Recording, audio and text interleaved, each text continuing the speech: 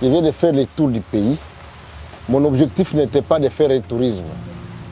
C'est d'abord de comprendre quel est l'état des lieux actuel. Par exemple, quand on parle de route de cette agricole, j'ai eu à faire des exercices maintenant avec des gens sur le terrain et me rendre compte que la base de données que nous avons au niveau du ministère, qui est la base de données belge, elle doit être actualisée, elle doit être mise à jour. Il y a des réalités du pays qui ont évolué. Et c'est pour cela que c'était nécessaire pour moi, avec les gouverneurs de province, comme vous l'avez si bien voir, de faire le tour du pays.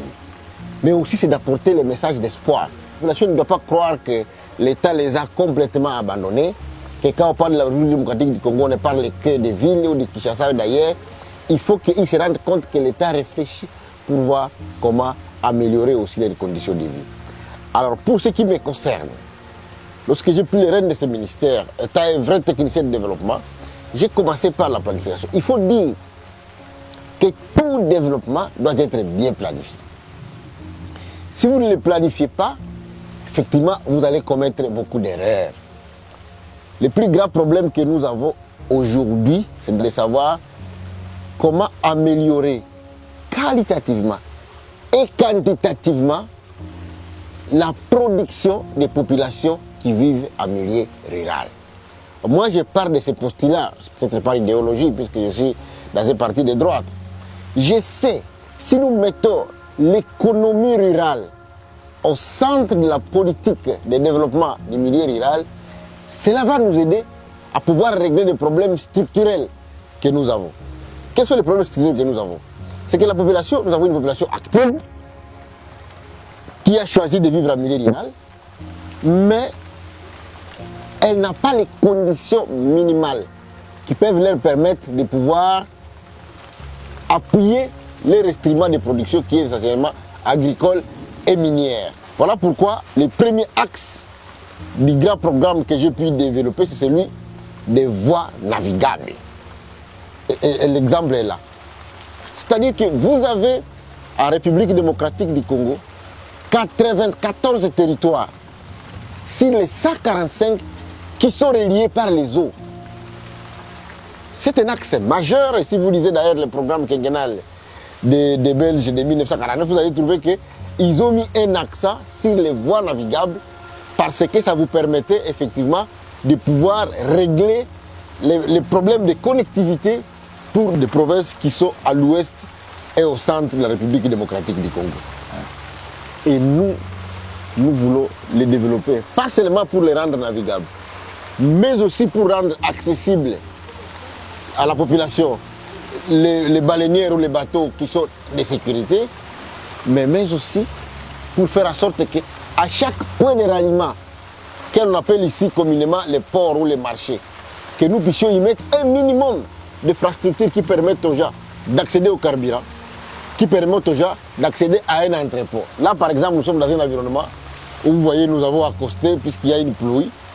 Imaginez-vous si la population est venue pour vendre les maniocs et qu'au fameux port qui est indiqué où ils doivent vendre leurs marchandises, une pluie comme ceci s'abattait, c'est une perte énorme pour les gens. Voilà comment on veut régler d'abord la question pour ce qui concerne les gens qui sont sur la partie ouest où il y a les voies navigables. Et nous avons ajouté la question des routes de dessert agricole. Il est important que je souligne à ce stade qu'on ne peut pas parler de routes de dessert agricole s'il n'y a pas de routes nationales, les routes provinciales connectées. C'est pour cela que dans notre approche, nous avons voulu combiner les routes d'intérêt local aux voies navigables. Donc faire en sorte que les endroits qui sont desservis par les voies navigables, les routes de dessert agricole connectent les champs des voies navigables. C'est une première proposition. La deuxième, c'est celle effectivement de pousser le ministère des ITPR de pouvoir réhabiliter les routes nationales pour que l'autre route effectivement débouche sur les routes nationales. C'est la condition sine qua non si vous voulez booster le démarrage de la production agricole en milieu rural. La deuxième condition, qui n'est pas la moindre, c'est que nous avons appelé dans ces projets appuyer les champions dans chaque milieu pour pouvoir booster la population et la remettre au travail. On vient de circuler avec vous, on a été à Bokungu, on a été à Boende, on a été à Ibangala Kata, on a été à Ya, maintenant là on vient d'arriver à Ikela. Vous vous rendez compte que quand je pose la question à la population de savoir est-ce que vous avez une production, les gens ne savent pas répondre. Puisque depuis la aérianisation, nous avons toute une génération de personnes qui n'ont pas connu la noblesse du travail champestre. Et ça devient une question de mentalité. Ça veut dire que pour que ces gens reprennent à travailler, il faut un travail de sensibilisation. Il faut qu'il y ait des repères et des modèles à côté d'eux pour leur dire l'agriculture, ça fait de l'argent. Et pour bien le faire, on doit avoir des champions. C'est-à-dire des villages, des personnes que nous allons appuyer, qui vont faire correctement ce travail champestre et qui vont pouvoir appuyer les autres pour faire ce travail. Moi, je crois que ça, c'est les deux conditions basiques pour que nous puissions remettre les paysans au travail. Et puis maintenant, à côté, il faut créer les conditions pour que ces paysans restent au village. Puisque si vous avez un village où les gens n'ont pas accès à l'eau, si vous avez un village où les gens n'ont pas accès à l'électricité, si vous avez un village où les gens n'ont pas accès à la santé, aux écoles, effectivement, les gens vont fuir, ils vont tous se réfugier dans la ville. C'est comme ça qu'on a des phénomènes, pas qu'à Djouma, à Kinshasa, puisque les gens, ils se disent, pourquoi vous avez de la lumière ici? Nous vivons dans des endroits où il n'y a pas de lumière.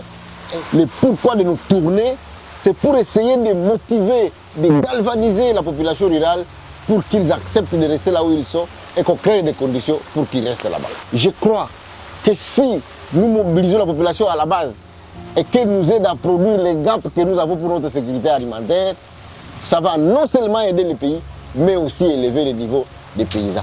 Tant qu'il n'y a pas une production à l'intérieur, nous aurons des difficultés. On peut même bien faire la route de cette agricole s'il n'y a pas de cosettes de manioc, s'il n'y a pas de maïs qui sortent dedans, on ne saura pas l'entretenir. Donc au même moment qu'on veut améliorer les infrastructures, on veut aussi booster la production agricole et minière, je répète bien, en milieu rural. Et c'est pour cela que dans la planification que nous avons faite, nous avons voulu à sorte que les champions qui vont être désignés dans chaque territoire puissent avoir la capacité de mécaniser eux-mêmes et de faire une première transformation en milieu rural même.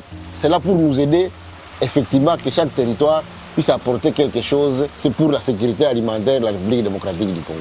Même là où je ne suis pas encore arrivé, je vous dis, nous avons fait une planification pour que ça soit partout. Et on va le faire partout. Pour l'instant, avec les moyens qui seront mis à notre disposition, nous allons chercher des villages pilotes qui vont commencer, mais on veut le faire partout. Moi, je ne crois pas à un développement de sélection, comme le font les ONG, où on prend d'abord une province, on dit que ça devient une province pilote. Non, nous sommes un gouvernement, nous devons faire ce qu'on appelle un développement intégral et intégré, de telle sorte que toute la République démocratique du Congo, ensemble, soit mobilisée pour le développement. Le développement ne commencera pas par Kinshasa. Le développement commence par la base, par les territoires, par les chefferies, par les groupements, par les villages. C'est là que nous allons concentrer nos efforts et nous savons que les efforts agrégés de tous ces villages, c'est ça qui va nous amener au développement. Moi, j'y crois. Le président Félix Tshisekedi y croit.